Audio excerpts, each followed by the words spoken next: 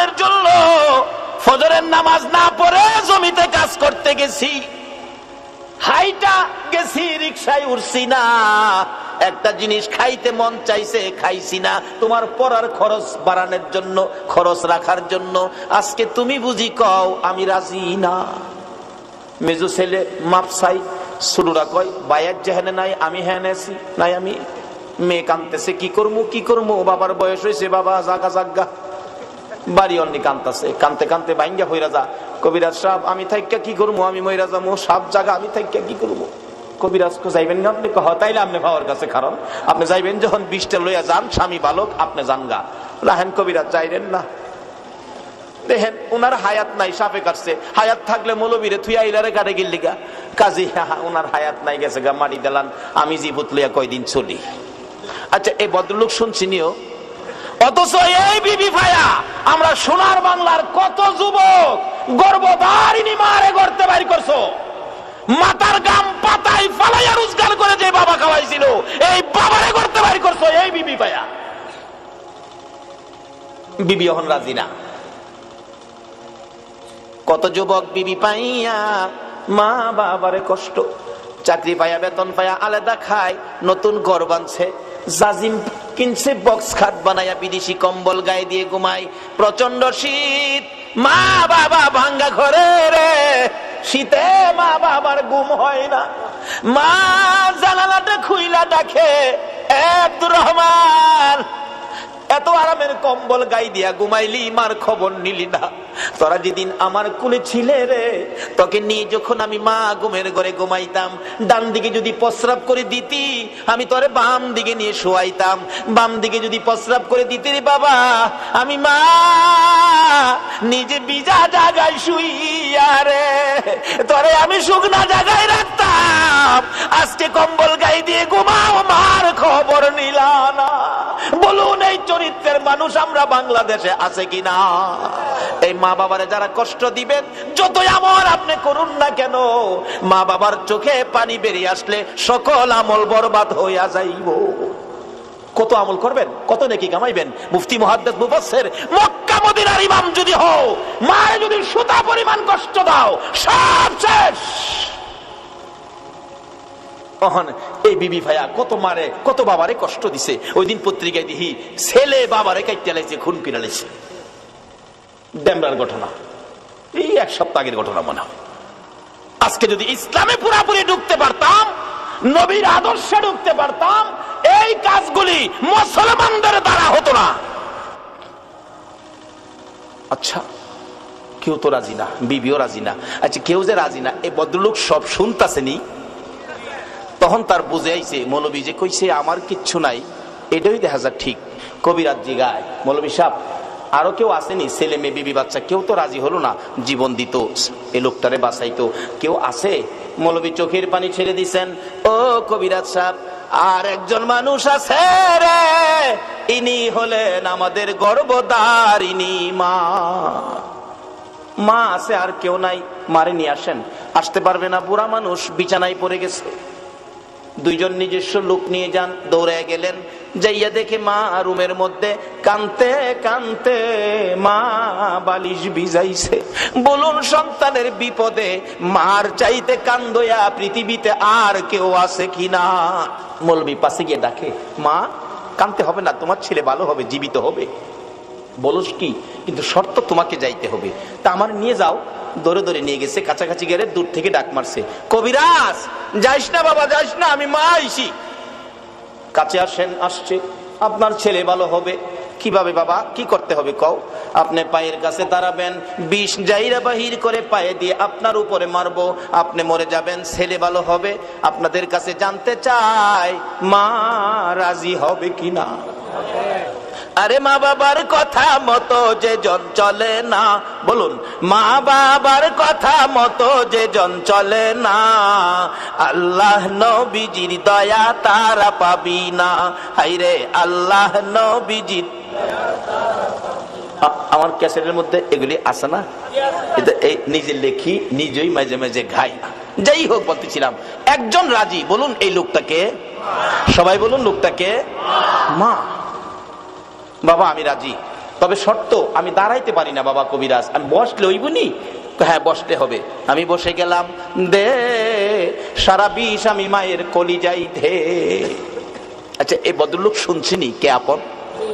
কবিরাজ বলেন, মা কেউ রাজি হলো না, আপনি কেন রাজি হলেন? এবার জবাব দেন, মা কবিরাজ রে, আমার বড় ছেলে রে বাবা, এই ছেলে পেটে লইয়া 10 মাস 10 দিন কত কষ্ট করেছি আমি জানি, আর জানে আমার আল্লাহ। যেদিন আমার এই ছেলে দুনিয়ায় আসবে রে, প্রথম দিনের ব্যথা লজ্জাই কারো কাছে কই নাই, দ্বিতীয় দিনের ব্যথা জিহ্বা কামড়াইয়া সহ্য করেছি, তৃতীয় দিনের ব্যথা জ্ঞান হারা হয়ে গেছি। আমার শাশুড়ি মা দৌড়াদৌড়ি করে লোকজন জড়ো করেছে, আমার বৌমার কি হলো?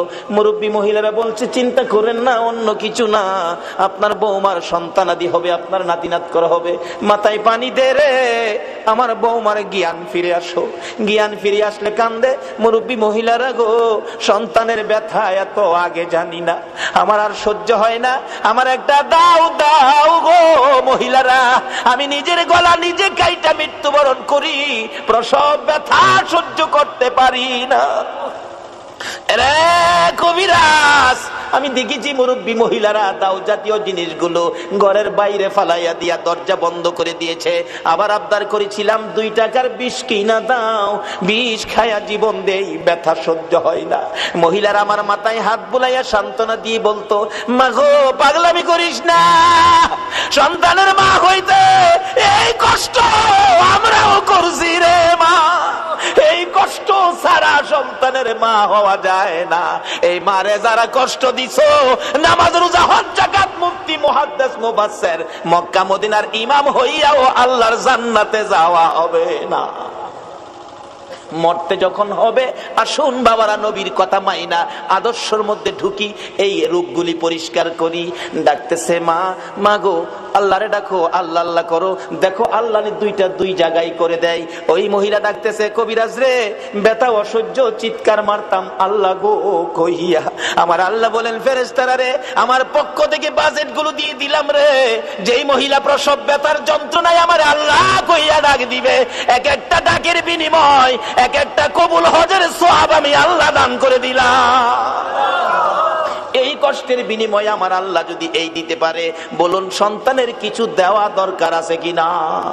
বাবারা বলতেছিলাম, এবার কেউ রাজি হলো না সন্তানের জন্য জীবন দিয়ে সন্তান বাঁচাবে, মাত্র একজন রাজি। বলুন এই লোকটাকে? এবার মৌলবী ডাহে, ভাই ওঠেন।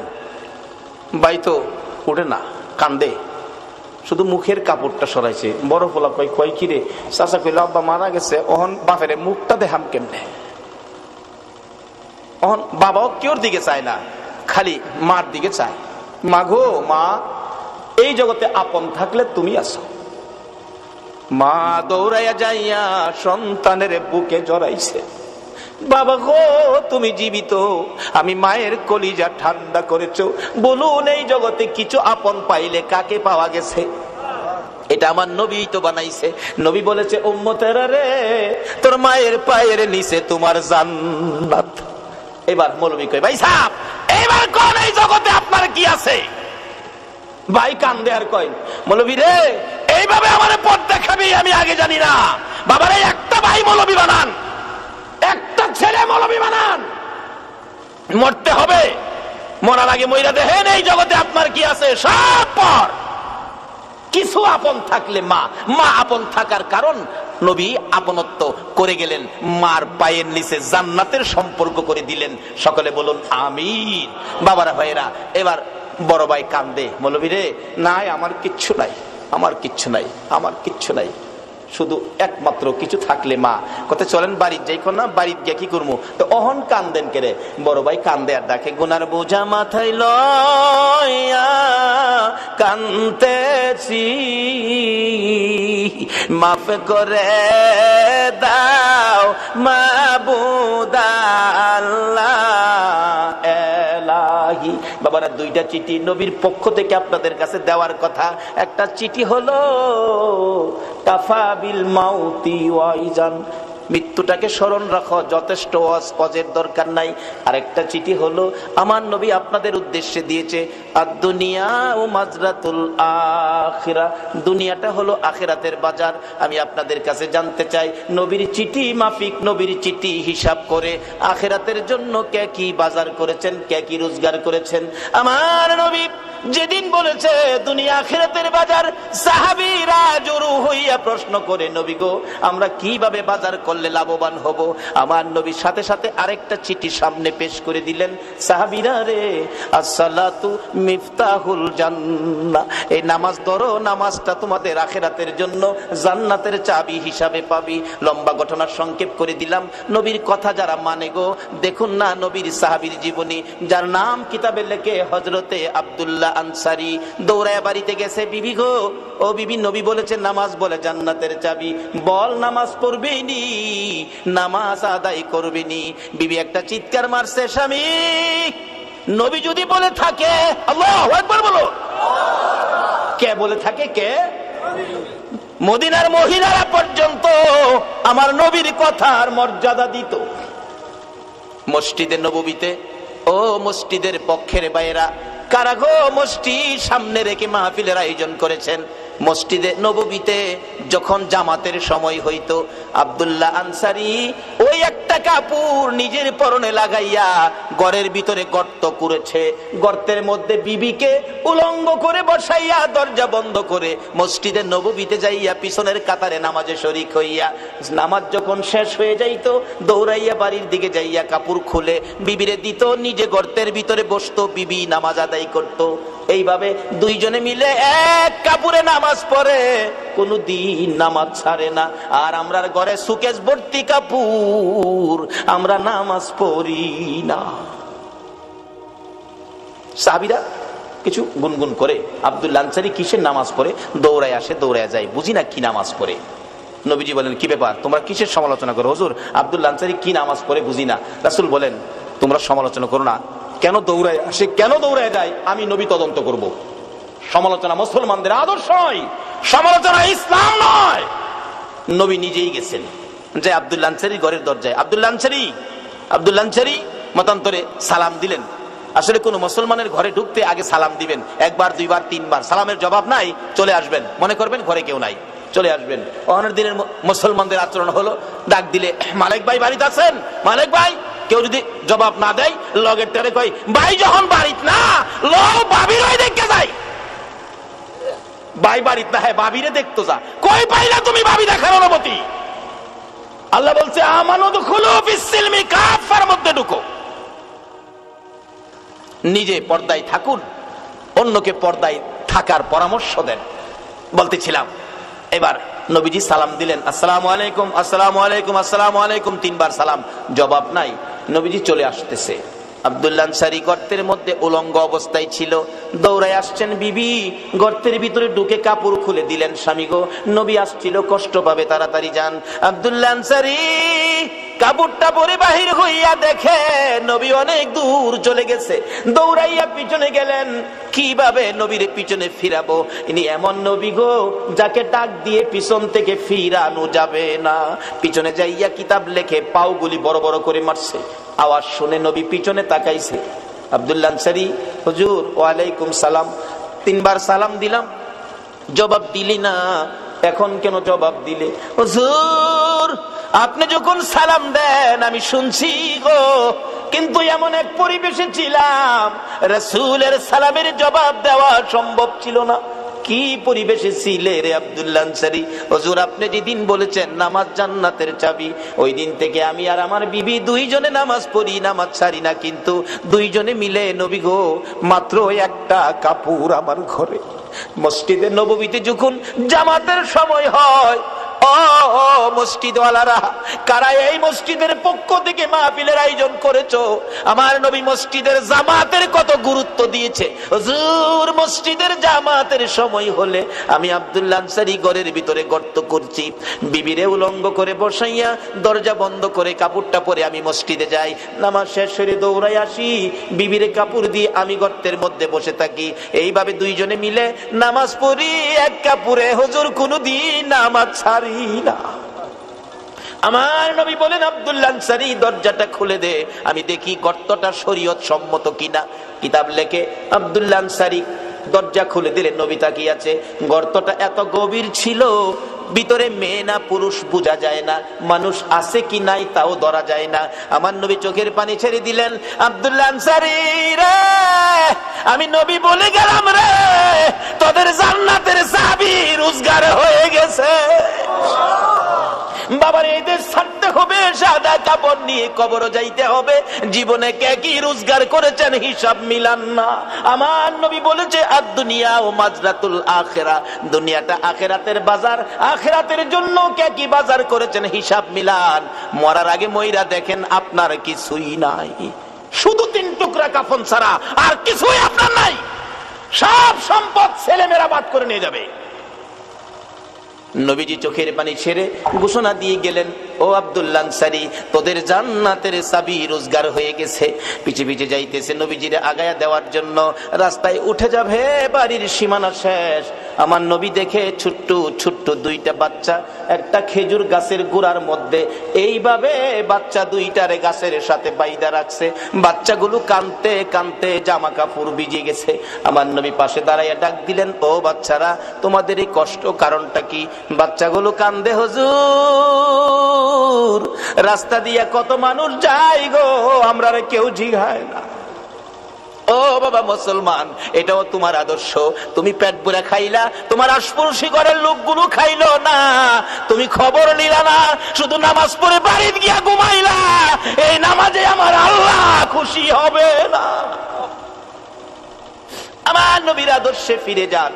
ও বাবারা, ভাইরা, শেষ পর্যায়ে এসে গেছি। নবীরাকে, ও বাবারা, তোমাদের কি দুঃখ? হুজুর, আমরা কেউ জিগায় না কেন যে আমরা এই বিপদে আছি। তোমাদের বাবার নাম কি? বাচ্চা 2টা আব্দুল্লাহ আনসারীর দিকে তাকাইয়া বলে, হুজুর, আমাদের বাবা আব্দুল্লাহ আনসারী। নবী জিজ্ঞেস করে, ও আব্দুল্লাহ আনসারী, তোর বাচ্চাগুলোর এত কষ্ট, এত বিপদ, হাত বাঁধা ব্যাপারটা কি? আব্দুল্লাহ আনসারী শুধু কান্দে, কোনো কথা কয় না। আবার নবী জিজ্ঞেস করেন, ও বাচ্চারা, তোমাদের এই কষ্ট কেন, হাত বাঁধা কেন, বিপদ কেন?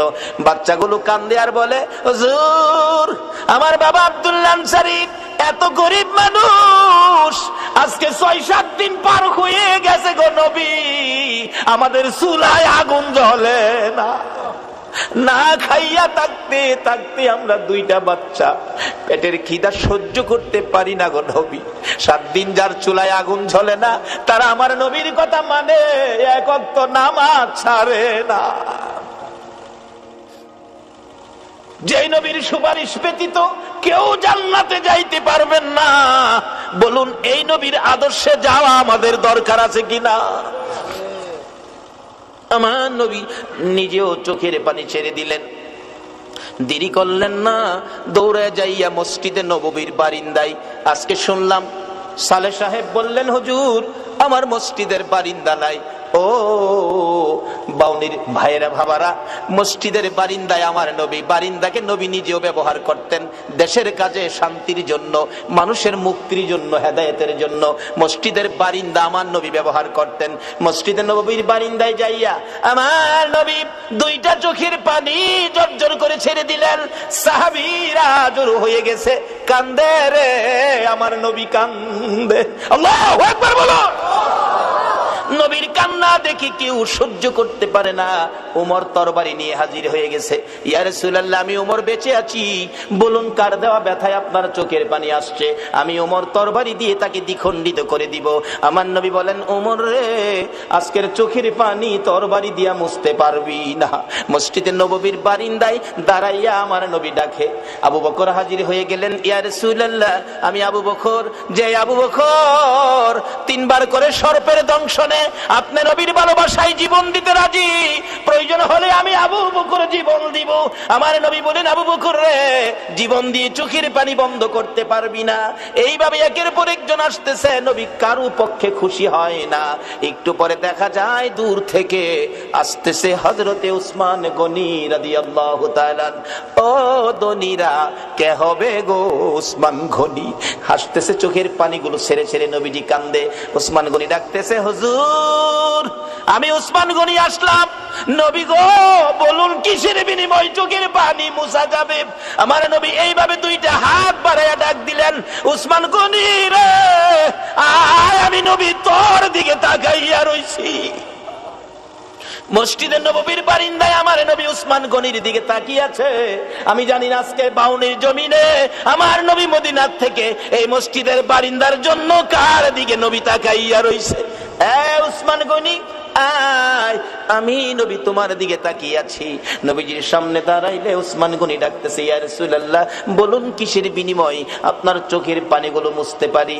আমার নবী কান্দে, উসমান রে পারবিনি ইহুদির বাড়ির খেজুর গাছটা আমারে কিনা দিতে, আমি নবীর চোখের পানি বন্ধ হয়ে যাবে। যায়া দেখ আমার আব্দুল্লাহ আনসারীর দুইটা বাচ্চারে কি কষ্ট দিয়ে রাখছে, 7 দিন চুলায় আগুন নাই রে, এই খেজুর গাছের খেজুর টুকায়া বলে খাইছিল, গাছটার মালিক ইহুদি, দুইটা বাচ্চারে গাছের সাথে বাইধা রাখছে। একটা দৌড় মারছে উসমান গনি রাদিয়াল্লাহু তাআলা, কারা গো এই মসজিদের পক্ষে আছো? এটাই হবে আমার আল্লাহর পক্ষ, এটাই হবে আমার নবীর পক্ষ। যারা মসজিদের পক্ষ থাকবে আমার নবী তাদের পক্ষে থাকবে, যারা মসজিদের বারিন্দার পক্ষে গো আমার নবী তাদেরকে না লইয়া ফুলসিরাতের ফুল নবী পার হবে না। উসমান গনি ডাকি, ইয়া রাসূলুল্লাহ কথা দিলাম খেজুর গাছ না নিয়ে আমি আসবো না। ডাকতেছে, ইহুদি বাড়িতে আছো? জি। খেজুর গাছটা বিক্রি করে দাও। ইহুদি কয় বাড়ির খেজুর গাছ বিক্রি করবো? কান্দে উসমান গনি, রে ইহুদি নিষেধ ইসলাম রাসূল কান্দে রে এই গাছটার জন্য, আজকে যা চাইবি তা পাইবি, বিক্রি করতে হবে। ইহুদি কয় সুযোগ যখন পাইছি একটা গাছের বিনিময় মনের মতো লওয়ালমু। ও উসমান গনি তোমার 100 খেজুর গাছের একটা বাগান, 100 খেজুর গাছ সহ বাগানটা যদি আমারে দিয়ে দাও আমি একটা গাছ তোমারে দিব। উসমান গনি একটা চিৎকার মারছে, আরে ইহুদি মাত্র 100 খেজুরের গাছ চাইছস রে? আবার রাসূল কান্দে, রাসূল খুশি করার জন্য আজকে যদি আমি উসমান গনির সকল সম্পত্তি চাইতি, একটা গাছের বিনিময় আমি উসমান গনির সব করে দিয়ে দিতাম। ও বাবারা ভাইয়েরা, এই রাসূল খুশি করার জন্য সকল সম্পত্তি দিয়ে উসমান গনি একটা খেজুরের গাছের দলিল নিতে রাজি। ইহুদি বলেন 100 গাছ দিলেই হবে। 100 গাছের দলিল দিলেন উসমান গনি, একটা গাছের দলিল দিলেন ইহুদি। এই দলিল নিয়ে রাসূলের সামনে হাজির। আমার নবী চোখের পানি জর্জর করে ছেড়ে দিলেন, উসমান গনি রে আমি কথা দিলাম রে তোরে না লইয়া আমি নবী জান্নাতে যাব না। বাবারা ভাইয়েরা, এই নবীর কথা কার কাছে ভালো লাগে? কে নবীর পক্ষে থাকতে রাজি? মসজিদ আল্লাহ খুশির ঘর, মসজিদ আল্লাহ পাওয়ার ঘর, মসজিদ জান্নাত পাওয়ার ঘর, মসজিদ গুনাহ মাফের ঘর। এই মসজিদের বারিন্দার জন্য আমি আপনাদেরকে নিয়ে দোয়া করব। দোয়ার আগে 5টা মিনিট অনুরোধ হলো, আমি আপনাদের মেহমান, কেউ উঠবেন না, যদি উঠেন আমি কষ্ট পাবো। মোহব্বতে আর একটু দুরূদ শরীফ পড়ুন। আল্লাহুম্মা সাল্লি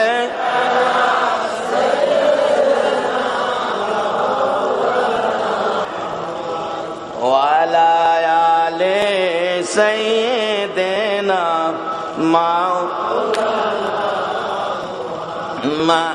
আল্লাহুম্মা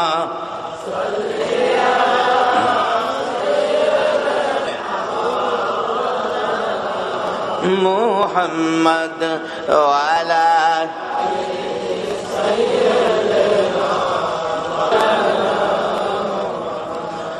নবীর মায়া ছেড়ে মানুষ কোথায় আছো বুঝি না, তোমার মায়ায় কান্দে নবী, তোমার মায়ায় কান্দে নবী, শুয়ে সোনার মদিনা। আল্লাহুম্মা সাল্লি সাইয়্যিদিনা মাওলানা মুহাম্মদ ওয়া আলা আলি সাইয়্যিদিনা বালাগাল উলা বিকামালিহি কাশাফাত দুজা বিজামালিহি হাসনাত জামিউ খিসালিহি সাল্লাল্লাহু আলাইহি ওয়া আলিহি। আসুন দোয়া করি, আস্তাগফিরুল্লাহ রাব্বি মিন কুল্লি যামবিন ওয়া আতুবু ইলাইহি লা হাওলা ওয়ালা কুওয়াতা ইল্লা বিল্লাহিল আলিয়্যিল আযীম। আসুন দোয়া করি, দোয়ায় শরীক হন সকলে। আল্লাহুম্মা আমিন, আল্লাহুম্মা আমিন। রব্বানা যালামনা আনফুসানা ওয়া ইল্লাম তাগফির লানা ওয়া তারহামনা লানাকুনান্না মিনাল খাসিরিন।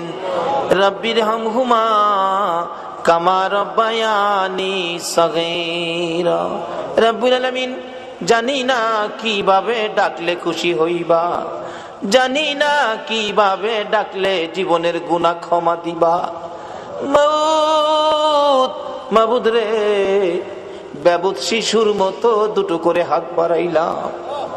জান্নাতের বাগানে বসে মসজিদের পক্ষ থেকে আয়োজিত মাহফিলে জান্নাতি মেহমান লইয়া আমি গুনাহগার হাত বাড়াইলাম। মাবুদ, মায়ার নজরে তাকাইয়া দেখো কত নাইবে নবী আলেম ওলামারা হাত বাড়াইছে। মাবুদ রে, সাদা দাড়িওয়ালা মুরব্বী বাবারা হাত বাড়াইছে।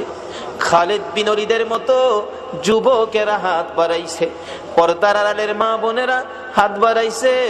এই মাহফিলের সঙ্গে তুমি এই হাতগুলি কেমনে খালি ফিরাইবা গো আল্লাহ?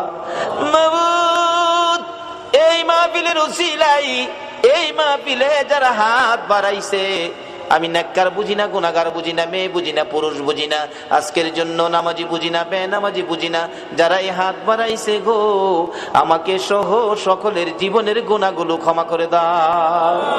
মাওলানা, ক্ষমা চাইলাম, জীবনের গুনাহ ক্ষমা যদি না করো, কবে জানি মৌতের চিঠি দিয়ে আজরাইল পাঠাইয়া দাও, কবে জানি গর্তে বাহির করবে রে, আর ঘরের ভিতরে নিবে না। উঠানের কিনারে পর্দা টানাইয়া জীবনের শেষ গোসল করাবে রে। আদরের সন্তানেরা ঘরের বারিন্দায় দাঁড়ায়া দাঁড়ায়া কাঁদবে আর ডাকবে, বাবা গো, পর্দার ভিতরে কিসের গোসল করো গো বাবা? মা টাইনা টাইনা বুকে জড়াবে, আইরে আমার এতিম, আজকাল থেকে তোমরা এতিম হয়ে গেছো। এতিমের ঘটনা বলতে গেলে কলিজা মানে না রে আল্লাহ। আমার বড় ভাই 5টা বাচ্চা এতিম করে কবরে। বাড়িতে গেলে আমার ছেলেরা দৌড়াই আসে, আব্বু আইছে। আমার ছোট্ট একটা ভাতিজা দৌড়াই আইসা দাঁড়াইয়া তাকে কিছু কয় না। জিজ্ঞেস করি, বাবা কি চাও, কি লাগবে, কি দরকার বলো। চোখের পানি ছেড়ে কান্দে। কেন কান্দো বলো না? আমার ডাইকা ডাইকা কয়, চাচা গো, আপনি তো 1 দিন 2 দিন পর পর বাড়িতে আসেন। চাচা, আমরা আব্বা কই গো চাচা, আমরা আব্বা কি আর জীবনে বাড়িতে আসবে না? এইভাবে কবে জানি কার সন্তানেরা এতিম হইয়া যায়, কবে জানি কার বিছানা খালি হইয়া যায়। ওই দিন আসার আগে তোমার ঘর মসজিদের পক্ষ থেকে আয়োজিত মাহফিলে আমরা যারা হাত বাড়াইছি গো, ফিরাইও না, ঘুরাইও না, আমরা তুমি মাফ করে দাও। আল্লাহ, জীবনের গুনাহ মাফের আসার দরখাস্তের পর আরেকটা দরখাস্ত করি, তুমি কিন্তু রাগ হইও না। আমি জানি না হাজার হাজার মানুষ এত রাত পর্যন্ত বসে হাত বাড়াইছে, টাকা চাইলে লোকেরা জায়গা, আজকে লোকগুলো গেল না, বসে রইল। আমি জানি না রে, কার মনে জানি কি দুঃখের পাহাড়, কার মনে জানি ব্যথা। হুজুর আপনার মা নাই গো, মা নাই। কার মনে জানি ব্যথা, বাবা নাই গো, বাবা নাই। যেই বাবা মাতার গাম পাতাই ফালাইয়া রোজগার করে মানুষ করেছে গো, যেই বাবা জমি জামা সই সম্পদ জুড়াইয়া আজকে বাবা দুনিয়ায় নাই। হুজুর, বাবা কত আদর করতো গো, শেষ বয়সেও বাবা বাজারে গেলে জগ ভর্তি দুধ কিনতো, 2 কান্দা 3 কান্দা কলা লইতো, আমের সিজনে 15 কেজি 20 কেজি আম লইতো। বাবা হাঁটতে পারে না, তারপরও দুধ কিনা, আম কিনা, কলা কিনা বন্ধ করে না। লোকেরা জিগায় বুড়া বয়সে এই পূজা কার জন্য বইতাছো, নিজের জান চলে না কেন এইগুলি লইছো? বাবা একটা চোখের পানি ছেড়ে দিয়ে চিৎকার মারছে, বন্ধুরা রে, কার জন্য লইছি শুনো রে, আমার আদরের ছেলে মেয়েগুলো দুধ আর কলা ছাড়া ভাত খায় না রে। দুধ কলা যেই বাবা খাওয়াই তোর, এই বাবা কার জানি খবরের আল্লাহ, ওই মা জানি কার খবরে গো। মার কুলে তাইকা, মার কুলে কত পসরা পায়খানা করছি, অন্য মহিলারা নাকে কাপড় দিত, তোমার আমার মা জীবনে কোনদিন নাকে কাপড় দেয় নাই। মা সন্তানেরা যদি কোথাও যাইতো, রাত্র 12টা 1টাও যদি বাজছে, সারা গ্রামের ঘরের দরজা বন্ধ হয়েছে, মা দরদি দরজাটা খুইলা বিনাইয়া বিনাইয়া কাঁদছে। একটা গাছের পাতা যদি পড়ছে, একটু আওয়াজ যদি হয়েছে, মা 2 কদম সামনে গিয়া একটা চিৎকার মারছে, বাবা আইসনি, আমি তোমার মা দাঁড়াইয়া রইছি। বাবারে বাড়ির দিকে তাকাইয়া দেখো, এই দরজা জানি কার বন্ধ হইয়া গেছে। এই মারে কবরে শুয়াইয়া, বাবারে কবরে শুয়াইয়া চোখের পানি কার জন্য রাখছো? মাহমুদ রে, মায়ের অভাবী ছেলেরা কি করে? এতদিন তো শুধু বলতাম, এখন তো নিজেও মার অভাবী। একটা মায়ের অভাবী ছেলে বিদেশ থাকে, সপ্তাহ সপ্তাহ টেলিফোন করে, মা মা তুমি কেমন আছো, আমারে জানাইও। মা কই, বাবা বিদেশ গেছো টাকার জন্য, সপ্তাহ সপ্তাহ টেলিফোন করে টাকা নষ্ট করলে কেমনে হইব? টাকা চিনো রে বাবা, টাকা চিনো। ছেলেটা টেলিফোন করে বলতেছে, মা মা গো, আমারে বাধা দিও না গো মা, আমি টাকা চিনি না, আমি চিনি আমার দরদি মা। সপ্তাহ সপ্তাহ টেলিফোন, হঠাৎ করে মা স্ট্রোক করে মারা গেছে। এলাকার লোকজন কয়, ছেলেটারে মৃত্যুর খবরটা দিও না, দিলে আত্মহত্যা করবে। একদিন 1 রাত, 2 দিন 2 রাত, 3 দিন 3 রাত যেদিন পার হয়ে যায়, ওই বিদেশের মাটির থেকে ছেলে স্বপ্নে দেখে মা ডাকতেছে, রে মন্নান, টেলিফোন কার কাছে করবি রে? মা কইয়া কারে ডাকবি রে বাবা, আমি তোর মা কবরে চলে গেছি, আর আমারে পাইবি না, আইলি না, আমারে মা কইয়া ডাকলি না, মার দেখার জীবনে হবে না। ঘুম থেকে উঠে মা মা কইয়া কাঁদতেছে। বন্ধুরা বলেন, কি হলো তোমার? আমি স্বপ্নে দেখেছি মা নাই, দেশে থাক, দেশে আর চাকরি করবো না, দেশে চলে যাব। সকালবেলা টেলিফোন করছে, বড় ভাই টেলিফোন ধরে, মন্নান সপ্তাহ হইলে টেলিফোন করবি, আজকে কেন টেলিফোন করলি? ভাই আমি স্বপ্নে দেখেছি আমার মা নাই গো। ভাই আগে সত্য করে কও, আমার মায়ের খবর কি? খবর যদি না কও, আমি কালকেই বাড়িতে চলে আসব, মায়ের কাছে দাও, মায়ের সাথে কথা বলবো। মার কাছে যদি টেলিফোন না দাও, আমি কিন্তু কালকে বাড়িতে চলে আসব। বড় ভাই টেলিফোন ফালাইয়া একটা দূর মায়েরা মায়ের খবরের পাশে, মা মা গো, তোমার পাগল খবর পাইছে গো, কালকে বলে বাড়িতে আইব। বড় ভাই সকালবেলা মাইক্রো ভাড়া করেছে, বুড়া বাবা পিছে পিছে ডাকতেছে, আমারে সঙ্গী করি লইয়া যা রে, মায়ের পাগল রে কে থামাইব। বুড়া বাবা সহ এয়ারপোর্টের গেটে বসে আছে। একটু পরে দেখা যায় মায়ের পাগল লইয়া বিমান আইসা পড়ছে। বুড়া বাবা গেটে দাঁড়ায়া দাঁড়ায়া কান্দে, মামুদ আমার মন্নানরে আমি কি দিয়া বুঝাইব?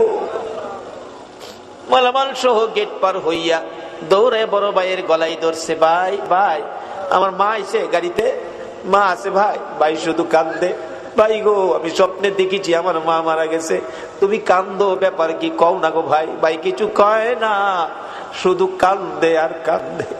দৌড়ে বাবার পায়ে পড়ে গেছে, বাবা বাবা আমি স্বপ্নে দেখেছি মা নাই, তাড়াতাড়ি চলে আসছি, ব্যাপার কি, খবর কি কও না। বাবা ধৈর্যের সহিত বলতেছে, মন্নান আয় গাড়িতে, বাড়িতে যায় দেখবি তোর মা কেমন আছে।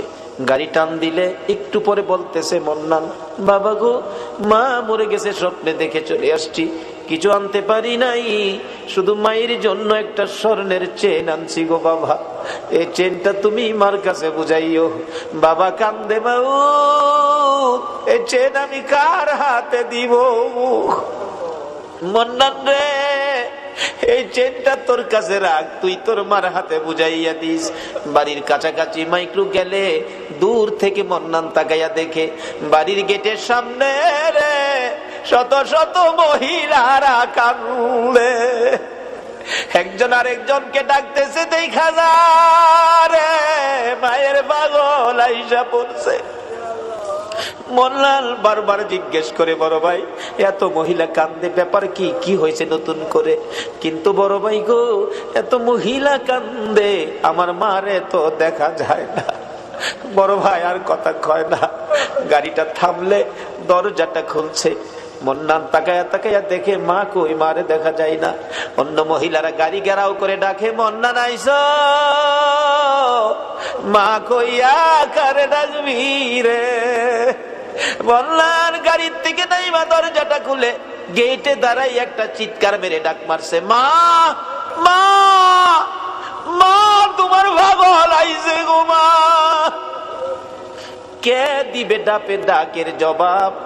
দৌড়াইয়া বাড়ির ভিতরে ঢুকছে, যেই রুমে মা থাকতো রুমের দরজায় ডাকতেছে, মা তুমি কি অসুস্থ, কেন দরজা খুলো না? ধাক্কা দিয়ে দরজাটা খুইলা দেখে রে মায়ের বিছানা চিরতরে খালি। মার বিছানা খালি বালাইয়া কে জানি হাত বাড়াইয়া কাঁদে রে আল্লাহ। বাবার বিছানা খালি, কে জানি হাত বাড়াইয়া কাঁদে। এই চোখের পানি দেখলে তোমার মায়া লাগেনি, তোমার দয়া লাগেনি? আর দেরি করো না, এই মুহূর্তে ওই সকল মা বাবার কবর গুলো জান্নাতের বাগান বানাইয়া দাও। আল্লাহ গো, মা বাবা যার দুনিয়াতে আছে হায়াত বাড়িয়ে দাও। মা বাবা কেমন জিনিস বুঝার তৌফিক ছেলে মেয়েদেরকে দান করে দাও। আল্লাহ দাদা দাদি নানা নানি শ্বশুর শাশুড়ি আলিয়া ওলাদ বংশধর মই মুরব্বী পাড়া প্রতিবেশী খানদানবাসী মহব্বতী, খাস করে বাউনির জমিনের নিচে, এলাকার জমিনের নিচে, তাম পৃথিবীর জমিনের নিচে যত মোমেন মোমেনাত ঘুমিয়ে আছে সকলের কবর জান্নাতের বাগান বানায়া দাও। আল্লাহ কাজ করি এই মসজিদের পক্ষ থেকে এই মাহফিলের আয়োজন যারা করেছে, মাহফিলে যারা সাহায্য সহযোগিতা করেছে, দূর দূরান্ত থেকে যারা মাহফিলে আসছে, সকলের বংশধর মই মুরব্বী যারা কবরে মাফ করে দাও।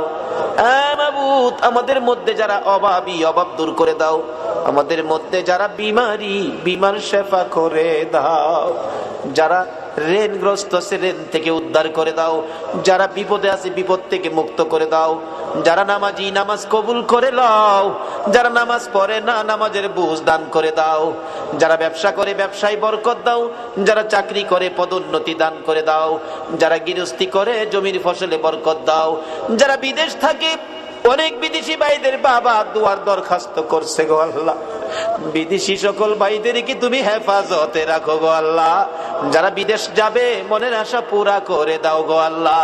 পরীক্ষার্থীরা দোয়া চাইছেন, আল্লাহ গো মা বাবার মনে বড় আশা গো, ছেলেটা পাশ করে বাড়িতে ফিরে আসবে। আল্লাহ গো সকল পরীক্ষার্থীদের মা বাবার কলিজা ঠান্ডা করে দিও গো আল্লাহ। আল্লাহ সকল পরীক্ষার্থীদেরকে কামিয়াবি দান করে দিও গো আল্লাহ। যাদেরকে ছেলে মেয়ে দিয়েছো ছেলে মেয়েদেরকে নেক হায়াত দাও, অকালে মৃত্যু দিও না, মা বাবার কলিজায় আগুন জ্বালাইও না, ছেলে মেয়েদের মুখে এতিমের দাগ লাগাইও না, ছেলে মেয়েদের মা বাবার হায়াত বাড়াইয়া দাও। মাবুদ, জনাব বাদল ভাই খুশি হলাম, কত টাকা দান করলো, 1 কেজি লবণও চাইলো না, তোমার নবীর ভালোবাসা চাইলো। মাবুদ গো, বাদল ভাইয়ের মনের সকল আশা তুমি পুরা করে দাও। এইভাবে আরো যারা দান করেছে, যেই নিয়তে দান করেছে, সকলের মনের আশা পুরা করে দাও গো আল্লাহ। মাবুদ গো, এই পর্যন্ত যারা কষ্ট করে তোমার নবীর আলোচনা শুনেছে, কোরআনের আলোচনা শুনেছে, সকলকে তুমি দয়ার নবী মায়ার নবীর স্বপ্নের দিদার দেখাইয়া দাও। মাবুদ রে, মাহফিল শেষে যারা যেখানে যাবে গো সহি সালামতে পৌঁছাইয়া দাও।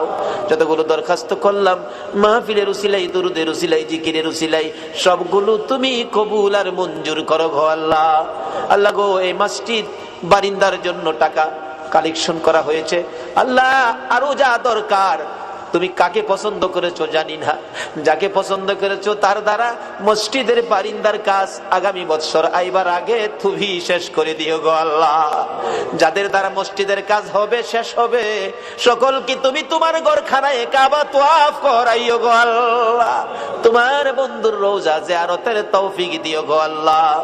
রব্বানা তাকাব্বাল মিন্না إنك أنت السميع العليم وتب علينا يا مولانا إنك أنت التواب الرحيم وصلى الله